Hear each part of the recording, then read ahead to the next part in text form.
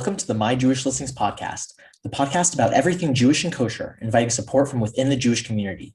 Visit myjewishlistings.com to find a Jewish-owned business near you. And now, your host, Doron Ellie. Hello. Today we have Michael Sherman, CEO to Graduate to Employment. Say hi to everyone, Michael. Hi. Hi. Well, thank you so much for joining us. I'm so excited to speak about Graduate to Employment, but I do want to have you speak a little bit about how you got started with Graduate to Employment and what you guys do. Well, I appreciate it very much. And Duran, thanks for having me today. So I am based in Boston and have been in the staffing and recruiting field all of my life. I've run big global hiring organizations. Most recently, I was accountable for global hiring for Bank of America Merrill Lynch. Wow, big places. Which was it was a crazy job. I loved it. Crazy numerically. We would hire 85,000 people a year across 41 countries. Wow. And I was accountable for everything from the interns to the chairman of the board. So it kind of ran the gamut. Before that, I ran global hiring for a technology company called EMC, which a couple of years ago was acquired by Dell. Mm-hmm. And then prior to that, I ran hiring for a medical supply company. So kind of a varied background, but all in hiring and recruitment. So when did you kind of transition from that background to, realizing that this is something that you can personally help students with and help them get employment and, eventually launch Graduate to Employment? Well, that's a great question. And one thing that was consistent with me, whether in my personal and professional life, was whether it was in my personal life, my wife and I out to dinner with another couple. And I should mention that I have two children. One is 25, who graduated a couple of years ago from the University of Wisconsin. And one is about to be 20, and he is a sophomore at Miami of Ohio. And so whether in my personal life, my wife and I out to dinner with some friends, and inevitably a friend would say, "Hey, Michael, I have a favor to ask of you." And that favor was the same favor that was being asked of me in my professional life by some very senior people. Mm-hmm. And when I say senior people, I mean board members of the companies that I was working for. And the favor was always the same. And it was, "Hey, Michael, would you do me a favor? I have a son, a daughter, a grandchild, a niece, a nephew, what have you. Mm-hmm. He or she is either a junior or a senior in college, looking for an internship or about to graduate and looking for the right job. And the parents' words, not mine, they're clueless. And would you be willing to have a conversation with he or she about the right way to navigate the job search process?" Mm-hmm. And so I would always answer that question, sure. And I enjoy helping young people during what can be a very stressful time in their lives, explaining the best way to go about finding the right job. And so I decided about 6 years ago that I was going to transition out of Bank of America. And I opened my company, Graduate to Employment, where I help these young people navigate either internships, their process to find the right internship, mm-hmm. or to find the right job, transitioning from academic to professional life as seniors. Wow. And so, I'm sure you have a lot of experience in this, but how do you exactly help students prepare? I mean, there's so many different things that you have to do to get a student to be ready to jump into the workforce, right? Is it just, helping them with job searches, or what exactly is it? I work with clients on every aspect of their job search process. And that really starts with things like resumes, LinkedIn profiles, networking. Today's young people don't understand the concept of network. Networking is not looking for, asking someone for a job. Yeah. It's asking someone for advice and connections on the premise that successful people know other successful people. Once someone is able to navigate into a company, I give you an example. I said that I ran global hiring for Bank of America. On an annualized basis, we would get at bankofamerica.com/careers 2.6 million resumes looking for jobs. And so I didn't have the staff. I had 600 people working under me, but I didn't have the staff to look at 2.6 million resumes. There's just no way. Yeah, so helping my clients understand that they need to find connections within companies, that those connections that many of these young people don't think that they have, i.e. their network, reaching out once they see an opportunity that looks like a fit and asking that person who's affiliated somehow with that company if they would ensure that my client's application receives consideration. Hmm. Nobody can get you hired, but can they get you consideration, i.e., digging into those 2.6 million applicants, pulling out yours and bringing you in for an interview? Wow. Then once you're brought in for the interview, prepping clients for an interview. These young people are not going to be hired based on their 10 years worth of experience Hmm. because they don't have 10 years Yeah. worth of experience. So that's not a problem. So it's about attributes. It's about teamwork, Hmm. leadership, communication skills, analytical skills. You need to demonstrate that you have these attributes that you're being evaluated upon.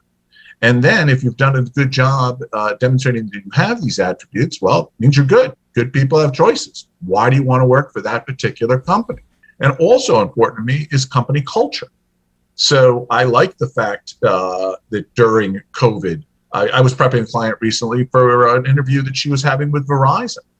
And so we not only talked about Verizon and their business results, but we talked about that during COVID, Verizon ensured that inner city youth had internet connectivity because they couldn't go to school. Yeah, I remember them saying So that out. that type of the culture of a company needs to mesh with the client's culture.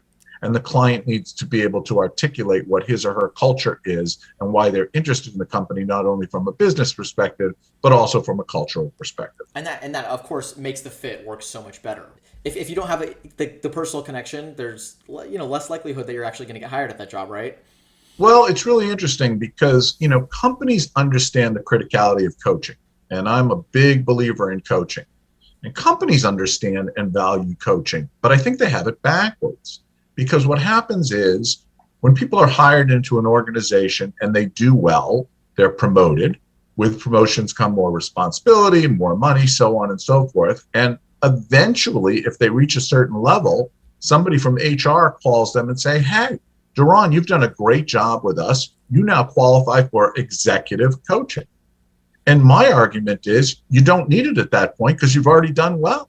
You've already at the executive level. The time that you need coaching was when you were making that transition from Mm. academic to professional life. And I do presentations all over the country on behalf of different organizations. And I mentioned some classes. These are actual classes that parents like myself and some of our listeners are paying for that our kids are attending. Let's hear And them. classes, we're paying for classes, wasting time on the internet, the science of Harry Potter, Oh my god. vampire evolution of a sexy monster, What?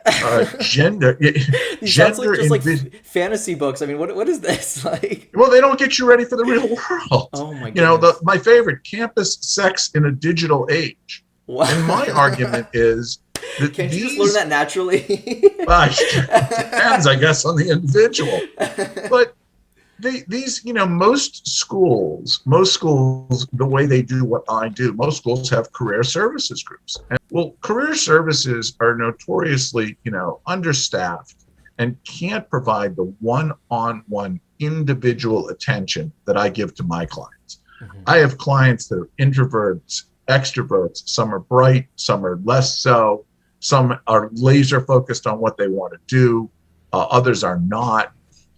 Most career services groups will tell you, hey, your resume looks good. You might want to change the font. And then they'll hand you a calendar of companies that will be coming on campus to interview. That's And that's not that really helping real, them prepare. no, it really doesn't help differentiate why them, Mhm. why them. Back to those attributes.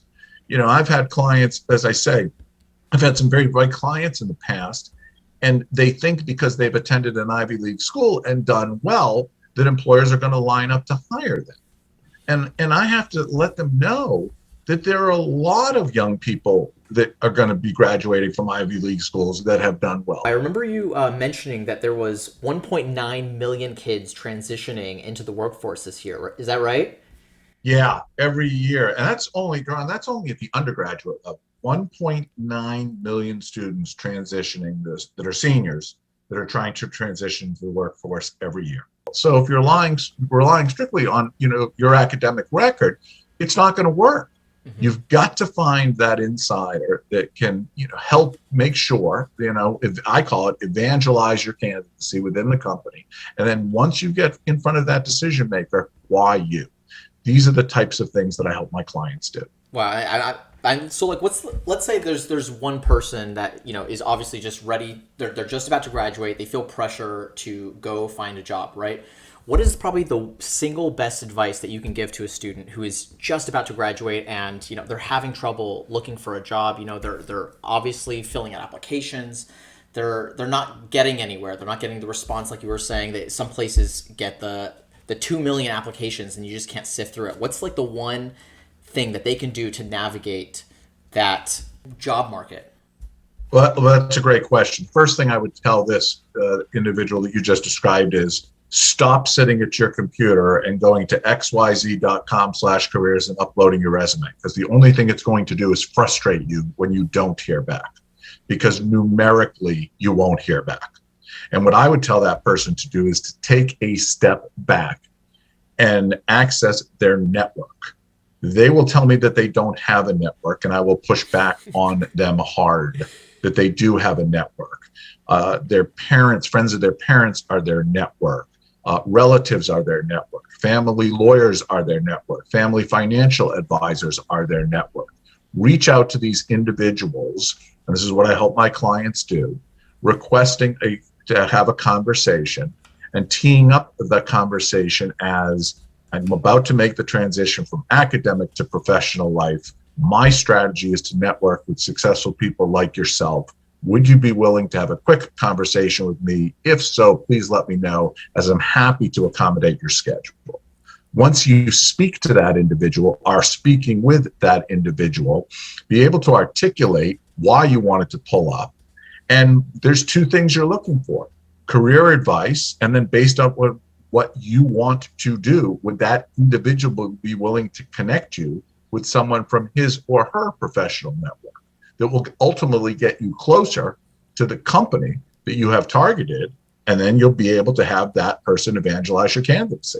And it's funny because more likely than not, they're going to want to help you, right? They've Well, obviously yeah, gone out of their there's way. There's a there's natural no sense, question, yeah, a natural feeling of wanting to help this person. If you've no gone as question. far as getting that conversation in, they're obviously putting time aside to help someone, right? So Absolutely, but you as the recent grad or to be grad or looking for that summer internship, what's the first question that anyone's going to ask you when they accept that invitation and you have that conversation? The first question is going to be, how can I help? And you have to have an answer for that question. Every one of my clients, when we debrief after a networking call, if they tell me, hey, how did it go with your dad's college roommate or your uncle's friend? How did it go? And if they tell me, oh, he or she was a great person, I want to wring their neck, because I can introduce you to a lot of great people. Are they willing to help you? Are they yeah, willing to help you? What's the next step? that's obviously the ultimate goal, right? Absolutely. Absolutely. And make it easy. Wow. And So then once you get in front of that decision maker, I do mock interviews with my clients. And I'll tell my clients, we go from Michael the coach to Michael the interviewer. And I will interrupt the client and say, whoop, you just blew it. Okay, you didn't answer my question. You spoke over me. You were evasive. Why did you take the conversation to the left when we were doing so well taking the conversation to the right? So that's, again, part of my process and how I help my and clients. part of the training. Well, I love that. I Yep. mean, thank you so much, Michael. I mean, you're literally helping one of the biggest problems of this generation, and I'm so glad that you kind of switched gears from the super corporate world into helping one-on-one students really obtain a job that they want to strive for, right? Well, if any of their listeners want to reach out to Michael, there's graduatetoemployment.com. He also has a phone number you can call. It's 781-856-1600, or you can just email him at michael@graduatetoemployment.com. So once again, thank you so much for coming on, Michael, and it was a pleasure chatting with you. Karan, I really appreciate it. And yeah, if anybody wants to get in touch with me, find out more information, I'm happy to chat.